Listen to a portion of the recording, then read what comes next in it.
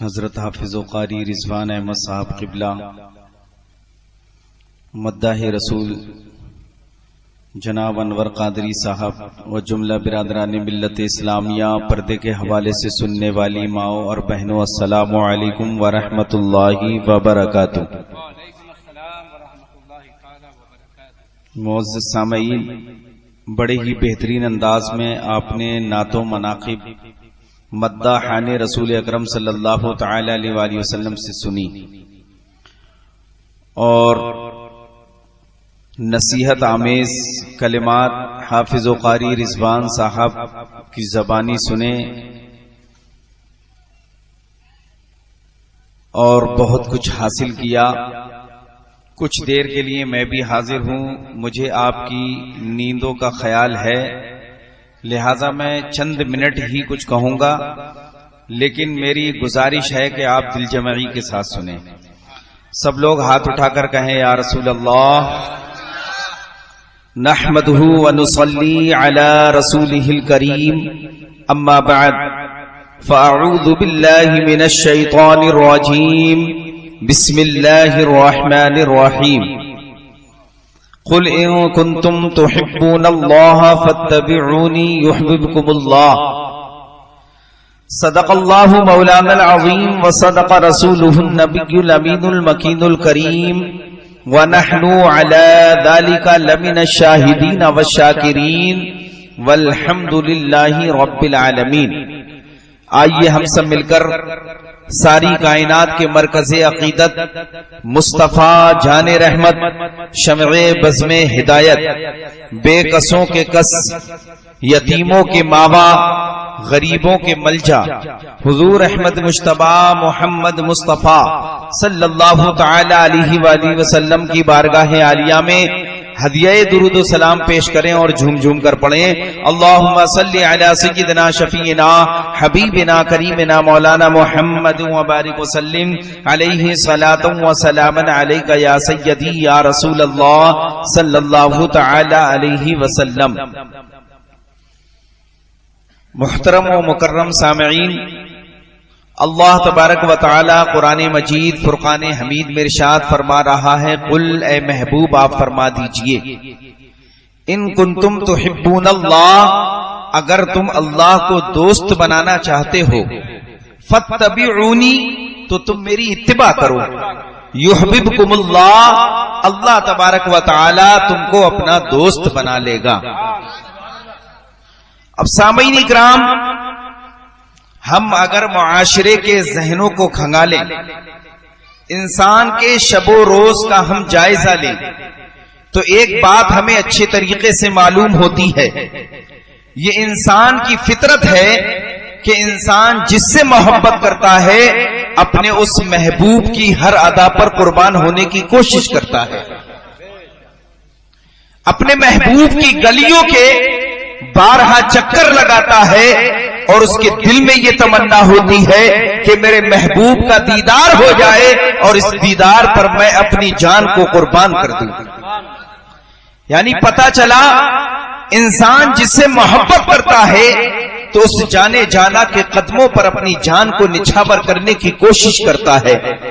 اور مسلمانوں، اللہ تبارک و تعالی نے ہمیں بھیجا پیدا نہیں کیا ہے، اللہ تبارک و تعالی نے ہمارے جسم کو پیدا کیا ہے تو مصلحت کے لیے پیدا کیا ہے۔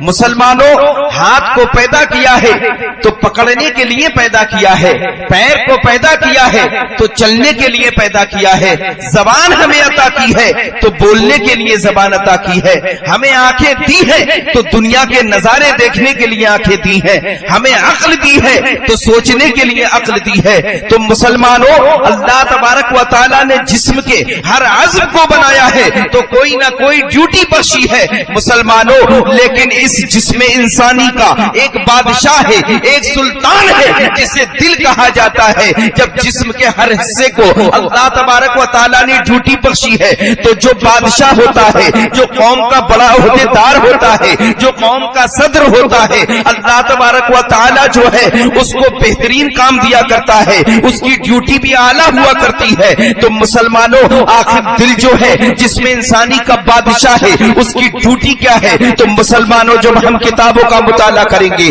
جب ہم احادیث کا مطالعہ کریں گے تو پتا چلے گا اللہ تبارک و تعالیٰ نے ہمیں جو دل دیا ہے تو مصطفیٰ کی محبت میں بے قرار ہونے کے لیے دیا ہے، آقا کریم صلی اللہ علیہ وسلم کی محبت میں مچلنے کے لیے دیا ہے، ہمیں دل اس لیے عطا کیا ہے کہ ہم اس کے محبوب کی محبت میں اپنے دل کی دھڑکن کو تیز کریں اور آقا کریم صلی اللہ علیہ وسلم کی محبت کا طوفان اپنے دل میں ہر وقت اٹھائے رکھیں اور نبی کریم صلی اللہ علیہ وسلم کے قدموں پر اپنی جان کرنے کی ہماتن کوشش کرتے رہیں۔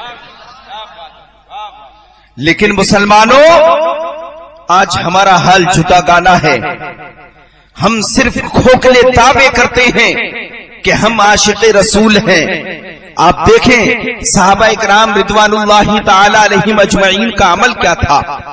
ایک صحابی ہے حضرت زید بن دسنہ رضی اللہ تعالی عنہ، جب ان کا اسلام سب کے سامنے ظاہر ہو گیا اور ان سے کہا گیا کہ تم معاذ اللہ مرتد ہو جاؤ، نبی کریم صلی اللہ علیہ وسلم کا جو تم نے کلمہ پڑھا ہے اس سے انحراف کر لو، پھر سے لات و عزا اور حبل کے دیوانے ہو جاؤ، تو حضرت زید ابن دسنہ نے کہا تھا میں وحدہ لا شریک کا کلمہ پڑھ چکا ہوں، اپنی جان کو محمد مصطفیٰ کے قدموں پر قربان کر چکا ہوں، اب یہ جان رہے یا نہ رہے میں جس دین پر میں چل پڑا ہوں اس سے انحراف نہیں کرنے والا ہوں۔ حضرت زید ابن دسنہ کو تختہ دار پر لے جایا جاتا ہے، آپ کے چہرے پر کپڑا ڈال دیا جاتا ہے اور پھانسی کا پھندا آپ کے گلے میں ڈال دیا جاتا ہے۔ ابو سفیان کی آواز فضا میں گونجتی ہے، ابو سفیان کہتے ہیں کہ اے زید بن دسنہ سنو، کیا تمہیں یہ گوارا ہے کہ تم اپنے گھر پر آرام سے رہو اور تمہاری جگہ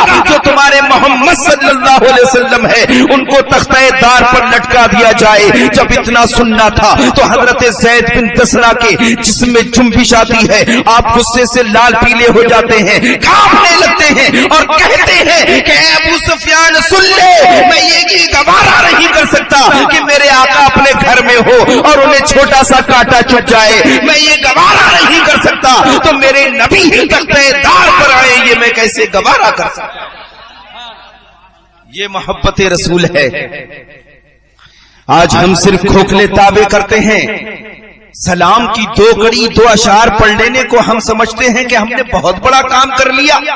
مسلمانوں اصل تو دل کا جھکنا ہے، ہماری گردنیں لاکھ جھکتی رہیں، ہم صلاۃ و سلام کے کئی اشعار پڑھتے رہیں لیکن ہمارا دل نہیں جھکا ہے تو سمجھ لو ہم مومن کامل نہیں ہے۔ مومن کامل تو وہ ہوتا ہے کہ رسول اکرم صلی اللہ علیہ وسلم خود ارشاد فرماتے ہیں لا یؤمن احدکم حتی اکون احب الیہ من والدہ وولدہ والناس اجمعین، اے لوگوں تم میں سے کوئی بھی اس وقت تک مومن کامل ہو ہی نہیں سکتا جب تک کہ وہ اپنے والد سے، اپنی اولاد سے، یہاں تک کہ سارے لوگوں سے زیادہ مجھ سے محبت رکھتا۔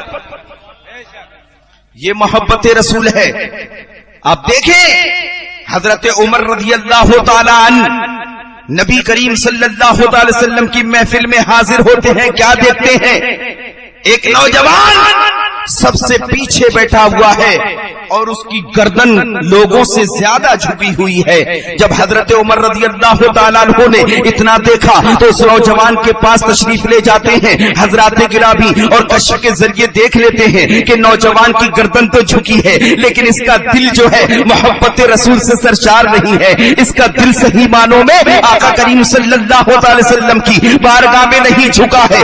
آپ اپنے نورانی ہاتھ کو اٹھاتے ہیں اور ایک تماچا اس کی گدی پر لگاتے ہیں اور کہتے ہیں اے شخص کیا ہی اچھا ہوتا کہ اللہ اور اس کے رسول کی محبت میں گردن سے زیادہ تیرا دل جھکا ہوتا۔ نبی کی محبت میں دل کو جھکا لینا یہ کامل ایمان ہے، صرف گردن جھکا لینا یہ کامل ایمان کی نشانی نہیں۔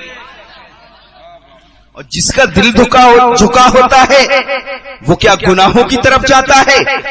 جس کا دل جھکا ہوتا ہے وہ غیر شرعی رسموں کو رائج کرتا ہے. جس کا دل جھکا ہوتا ہے کیا وہ جادو کرتا ہے؟ جس کا دل جھکا ہوتا ہے کیا وہ کسی کو ناحق مارتا ہے؟ جس کا دل جھکا ہوتا ہے کیا وہ شراب نوشی کرتا ہے؟ جس کا دل جھکا ہوتا ہے کیا وہ زنا کرتا ہے؟ جس کا دل جھکا ہوتا ہے کیا وہ ہاتھ نہ پکڑ چوری کرتا ہے؟ مسلمانوں، جس کا دل اللہ رسول کی محبت سے سرشار ہوتا ہے، جس کا دل گردن سے پہلے نبی کی محبت میں جھکتا ہے، وہ پانچوں وقت مسجد میں نظر آتا ہے. جب وہ چلتا ہے تو اس کے کردار سے عشق مصطفیٰ جھلکا کرتا ہے. جب وہ چلتا ہے تو نبی محترم صلی اللہ علیہ وسلم کی غلامی کا ثبوت دیتا ہوا چلتا ہے. مسلمانوں، ہمیں گردنوں سے پہلے اپنے دلوں کو نبی کی بارگاہ میں جھکانا چاہیے. عشق کیا ہے؟ اس کو اگر سمجھنا ہے تو آئیے صحابی رسول حضرت عبداللہ ابن زید رضی اللہ تعالیٰ عنہ کی بارگاہ میں لے چلتا ہوں. حضرت عبداللہ ابن زید اپنے باغ میں اپنے پودوں کو پانی لگا رہے تھے. آپ کے بیٹے دوڑتے ہوئے آتے ہیں اور آ کر کے کہتے ہیں کہ اے صحابی رسول حضرت عبداللہ ابن زید، سنو آقا کریم صلی اللہ علیہ وسلم ظاہری طور پر اس دنیا سے وصال فرما چکے ہیں. آپ تمام کام کو چھوڑ کر کے کھڑے ہو جاتے ہیں اور جو ہے آپ کا جسم کانپنے لگتا ہے، آپ کے جسم پر لرزہ طاری ہو جاتا ہے. آپ اللہ کی بارگاہ میں ہاتھ اٹھاتے ہیں اور عرض کرتے ہیں مولا، اب جبکہ اللہ کے نبی جو ہے اس دنیا سے ظاہری طور پر وصال فرما چکے ہیں تو مولا مجھے نابینا کر دے، اندھا کر دے. اس لیے کہ جب میں مسجد نبوی کی پہاڑوں میں جاتا تھا تو نبی کریم صلی اللہ علیہ وسلم کا دیدار کرتا تھا. اب مجھے اس بینائی کی ضرورت نہیں ہے جس سے کہ نبی محترم صلی اللہ علیہ وسلم کا چہرہ نہ دیکھے. مولا تو نے اپنے حبیب کو جو ہے اس دنیا سے ظاہری طور پر جو ہے وصال فرما دیا ہے تو اب میری بینائی کو بھی لے لے، اس لیے کہ نبی کے بعد میں کسی کو دیکھنا نہیں چاہتا. نعرہ تکبیر، نعرہ رسالت، نعرہ غوث. علماء اہل سنت، علماء اہل سنت، نعرہ تکبیر، نعرہ رسالت. ماشاءاللہ. آج فرانس سے اور دوسرے ملکوں سے نبی کریم صلی اللہ علیہ وسلم کی شان میں گستاخیاں ہوتی ہیں.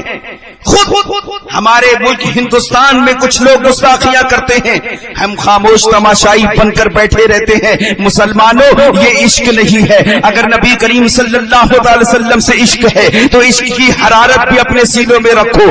حضرت امام مالک رضی اللہ تعالیٰ عنہ سے خود پوچھا گیا کہ اگر نبی کریم صلی اللہ علیہ وسلم کی گستاخی کی جائے تو امت کو کیا کرنا چاہیے؟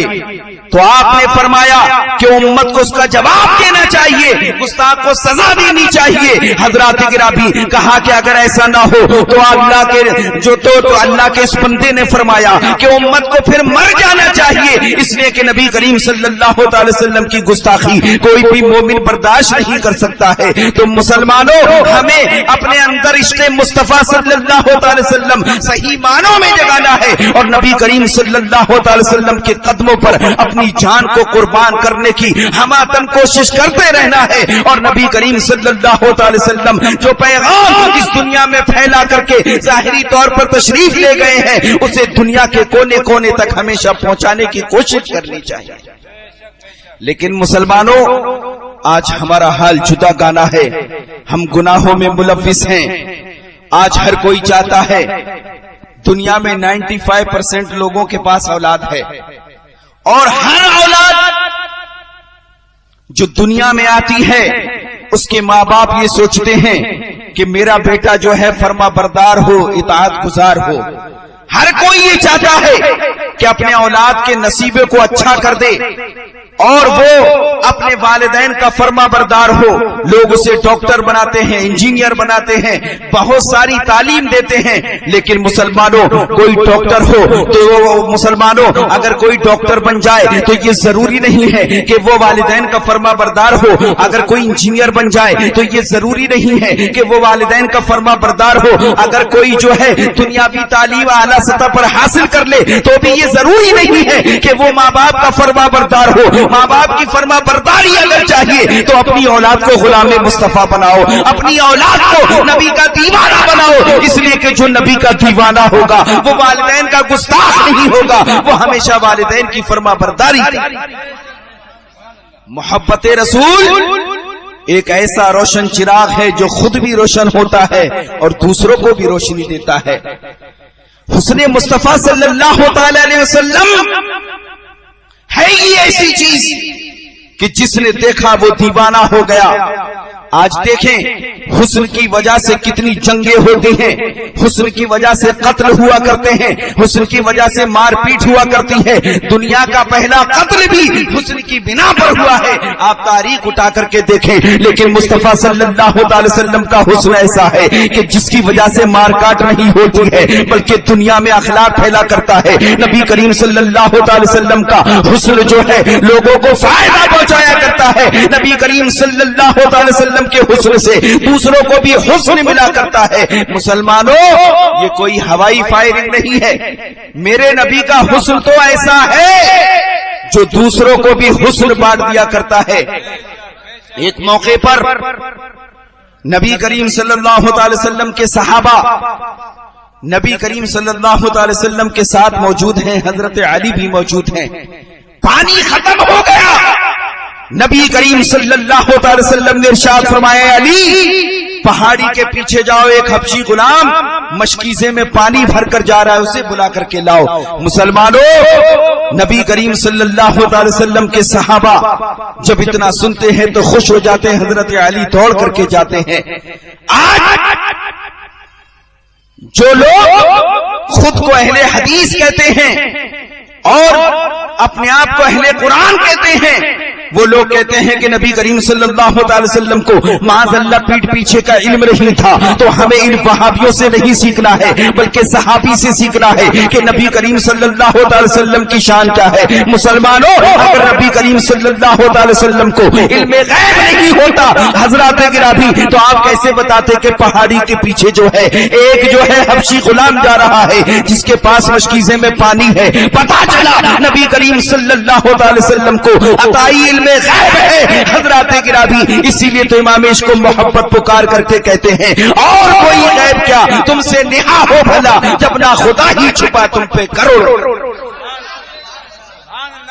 اگر جو عقیدہ ان کٹ ملاؤں کا ہے وہ اگر حضرت علی کا ہوتا تو حضرت علی پکار کر کے کہتے کہ نبی کریم صلی اللہ علیہ وسلم آج پیٹ پیچھے کی خبر کیسے دے رہے ہیں؟ پتا چلا حضرت علی کو کامل یقین تھا کہ جو نبی کریم صلی اللہ علیہ وسلم کی زبان فیض ترجمان سے نکلتا ہے وہ 100% ٹھیک ہوتا ہے، صحیح ہوتا ہے، سچ ہوتا ہے۔ حضرت علی دوڑ کر کے جاتے ہیں، پہاڑی کے پیچھے کیا دیکھتے ہیں؟ ایک حبشی غلام ہے جو مشکیزہ بھر کر کے جا رہا ہے۔ حضرت علی پکار کر کے کہتے ہیں، چلو آپ کو آقا کریم صلی اللہ علیہ وسلم نے بلایا ہے۔ وہ حبشی غلام کہتا ہے کہ میرا آقا مجھے مارے گا، اگر دیر ہو جائے گی مجھے اپنے آقا کے پاس پہنچنا ہے، اس لیے کہ میں غلام ہوں، آقا کے حکم کی تعمیل کرتا ہوں۔ حضرت علی فرماتے ہیں تمہارا جو آقا ہے وہ نہیں مارے گا، اس لیے کہ آقاؤں کا آقا تمہیں بلا رہا ہے، مدینے کا تاجدار تمہیں بلا رہا ہے، مکہ کا شہسوار تمہیں بلا رہا ہے۔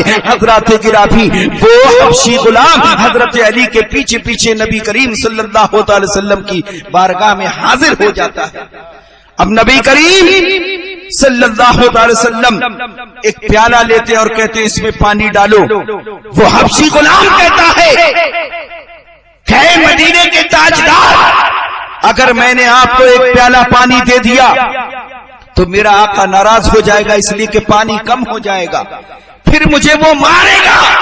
آقا کریم صلی اللہ علیہ وسلم نے ارشاد فرمایا تم گھبراؤ نہیں، پیالے میں پانی ڈالو، تمہارا پانی کم نہیں ہوگا۔ حضرات گرامی، وہ حبشی غلام نبی محترم صلی اللہ علیہ وسلم کے چہرے پر جب نظر ڈالتا ہے تو دیوانہ ہو جاتا ہے، اس لیے کہ نبی کریم صلی اللہ علیہ وسلم کو اللہ تبارک و تعالیٰ نے ایسا حسن عطا کیا تھا کہ حضرت یوسف کا حسن بھی اس کے سامنے کچھ نہیں تھا۔ حضرات گرامی، ایسا حسن عطا کیا تھا کہ جب نورانی رات میں آقا کریم صلی اللہ علیہ وسلم اپنے چہرے سے چادر ہٹاتے تھے تو ستارے بھی کٹورے لے کر آپ سے حسن کی بھیک مانگا کرتے تھے. نبی کریم صلی اللہ علیہ وسلم کا حسن کا کیا کہنا. حضرت یوسف کا حسن یہ ہے کہ آپ کے حسن کو دیکھیں تو عورتیں انگلیاں کاٹ لے، لیکن میرے نبی کا حسن یہ ہے کہ آپ انگلی کا اشارہ فرما دیں تو چاند دو ٹکڑے ہو جائے اور سورج پلٹ کر کے آ جائے. اور نبی کا حسن یہ ہے کہ سرداران مکہ اپنے سر کو آپ کا حسن دیکھ کر کٹانے کے لیے راضی ہو جائے. کبھی بدر میں اپنی قربانی پیش کرے تو کبھی احد میں اپنی جانوں کو پیش کرے. یہ میرے نبی کا حسن ہے. مسلمانوں، آج حسن فتنہ پیدا کرتا ہے، لیکن نبی کا حسن وہ تھا جو فتنوں کو دبا کر چلتا تھا. تو حضرات گرامی، اس نے دیکھا دیوانہ ہو گیا. اب جو وہ کر رہا تھا وہ نبی کے اشارے پر کر رہا تھا. اس کے دل کی جو حکومت تھی وہ نبی کریم صلی اللہ علیہ وسلم کے قدموں پر لٹ چکی تھی. حضرات گرامی، اس نے کٹورے میں پانی ڈالا.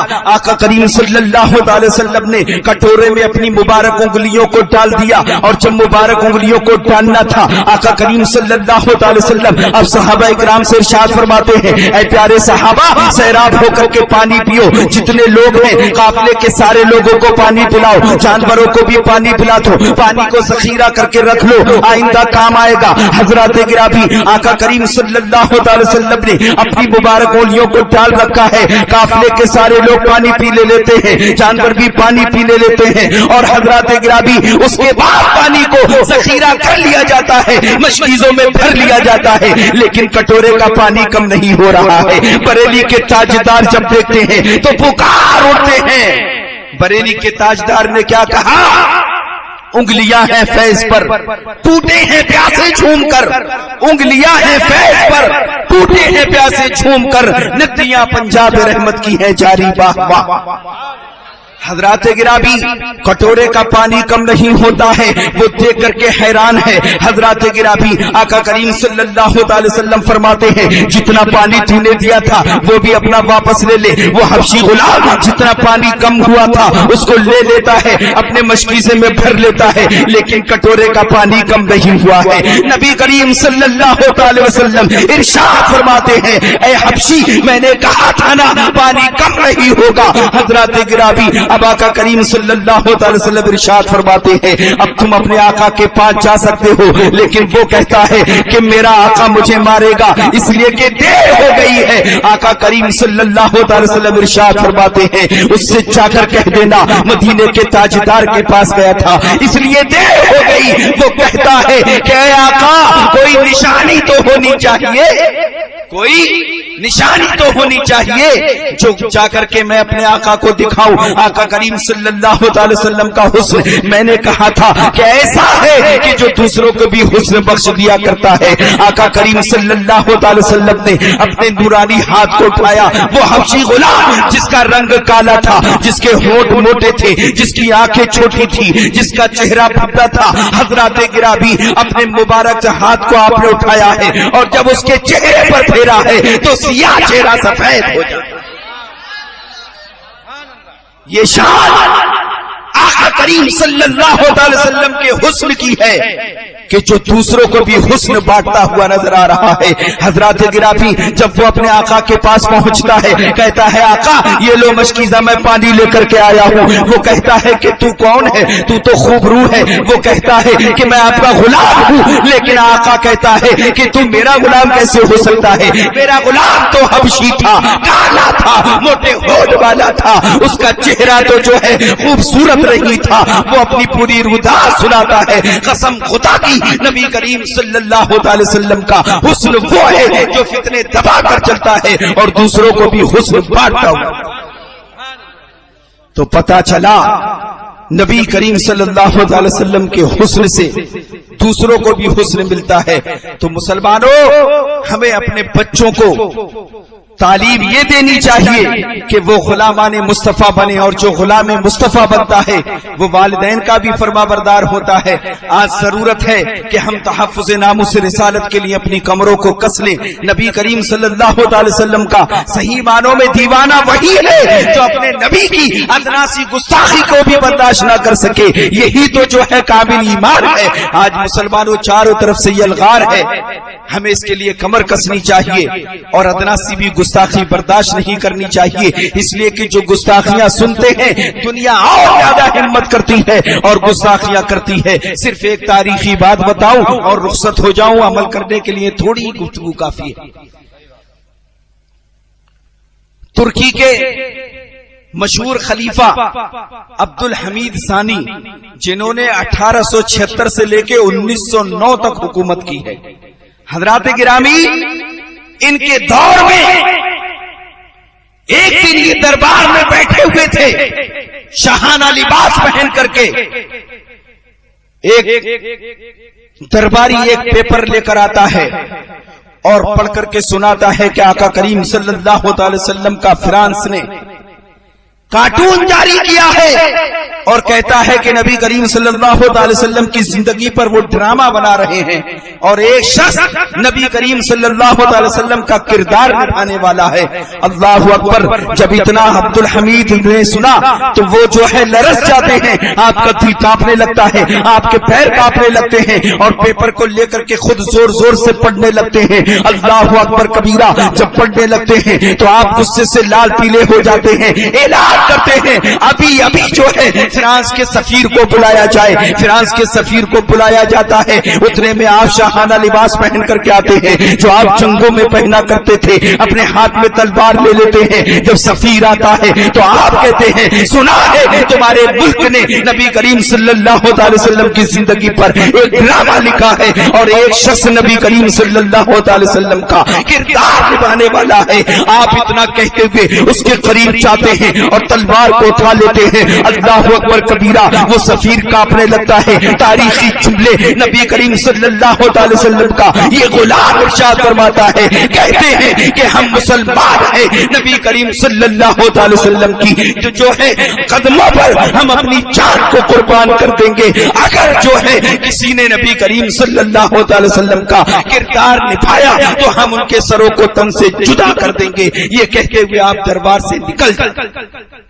اب وہ سفیر جو وہاں پر کھڑا تھا کانپنے لگتا ہے، جلدی سے ایک تیز رفتار گھوڑے والے سپاہی کو بھیجتا ہے جو خبر لے کر ہرکار آ جاتا ہے، اور فرانس میں جا کر کے کہتا ہے کہ ایسی سی بات ہے، جو عبد الحمید جو ہے خلیفہ ہیں وہ لڑنے کے لیے تیار ہے، وہ نبی کی گستاخی برداشت نہیں کر سکتے ہیں۔ قسم خدا کی تاریخ گواہ ہے، فرانس نے اپنے جو ہے اس جو ہے جملوں کو واپس لیا اور ڈرامہ کرنے سے جو ہے وہ پیچھے ہٹ گئے۔ تو مسلمانوں ہمیں ہمت دکھانی چاہیے نبی کریم صلی اللہ علیہ وسلم کی، جہاں پر گستاخی ہو ہمیں کمر کسنی چاہیے۔ دنیا میں کسی میں ہمت نہیں ہوگی کہ وہ نبی کریم صلی اللہ علیہ وسلم کی گستاخی۔